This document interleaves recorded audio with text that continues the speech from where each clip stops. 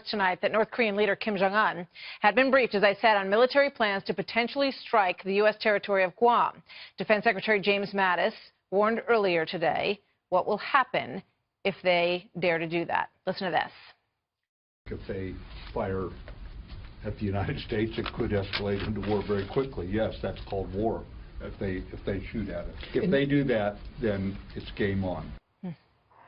Here now, retired Brigadier General Anthony Tata, author of Besieged, and Lieutenant Colonel Brad Taylor, author of the Pike Logan series, and Bruce Klingner, Senior Research Fellow of Northeast Asia at the Heritage Foundation. He also previously served as the CIA's Deputy Division Chief for Korea. So all very well qualified with a lot of deep history in this area. And General, let me start with you because I'd like to get your reaction to what General Mattis said there. What did you think? Hey, Martha, General Mattis, Secretary Mattis is saying in a very direct way, if you shoot at us, expect consequences to come back at you in a nanosecond, and we are prepared to do that. And what you're seeing the Trump administration do is leverage all the elements of national power. So Secretary Mattis, in charge of the Department of Defense, is talking about the types of things that we can do.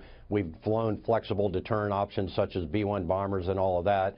You've got today, all the talk is about the trade deal and the economic back and forth between us and China. That's leveraging our economic power. Right. And then over the weekend, we've been leveraging information power with all of our key leaders saying essentially the same thing, that this is a red line that we should not cross. So, when you add all that up, Bruce, let me ask you this. It appears that there's sort of incremental progress, that China is acting in a way that it hasn't before, that they are going forward with these bans against North Korea.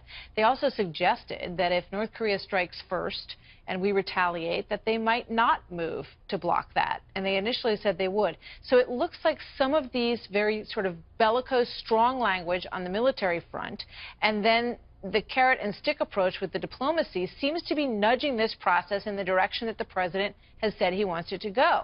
Yes or no?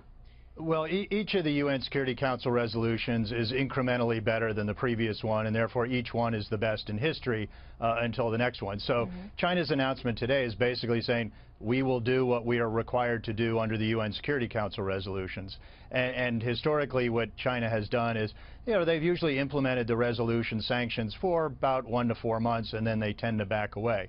Now, on the trade thing, whether that's related to North Korea or not, if it's intended to pressure China and North Korea, it's a very indirect, very slow method. There's something that the U.S. continues to pull its punches on, which is enforcing U.S. law against Chinese violators that are misusing the U.S. financial system. Right. So if we were to do secondary sanctions, that's much quicker, much more direct, and it can wean away the Chinese banks and businesses from engaging with North Korea. Yeah, it's a great point. I mean, you feel that there are financial sanctions that could be much more powerful, and that is sort of a string that could yet be pulled by the Trump administration if they decide they want to take that next step. Lieutenant Colonel Brad Taylor, your thoughts on the trade war here and whether or not North Korea is starting to, feel some heat from this, and the language from General Mattis. How do they respond to that, do you think?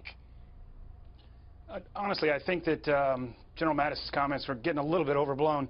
If you fire a missile at a U.S. territory, by definition, you're going to war. Right. I would expect him to that's say essentially what he was less. saying. Right. And the truth of the matter is, North Korea would be absolutely insane to attack Guam. It would be like getting in a shouting match with a belligerent drunk and punching his girlfriend instead of him. We have enormous combat power. A lot of it on Okinawa, Japan. We've got a 353rd Special Operations Group. There's a Special Forces Battalion. The Strike Eagles there. If you really wanted to do a first strike, you would take out Okinawa, not Guam. By the time the missiles reach Guam, we could have the birds in the air. So what he's really trying to do is just turn this into a U.S. versus North Korea. If he says anything against Okinawa, he's brought in Japan.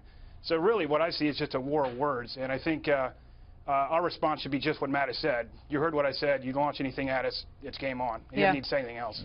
General, what do you think the next move from North Korea is? Well, Martha, I think this new administration philosophy, doctrine of strategic accountability is going to hold North Korea accountable. Strategic patience under the Obama administration was really a do-nothing reactive policy. And so the next move for North Korea is to try to do something within the box that we have now painted them in, and if they get outside that box, they can expect immediate ramifications, as Brad just said.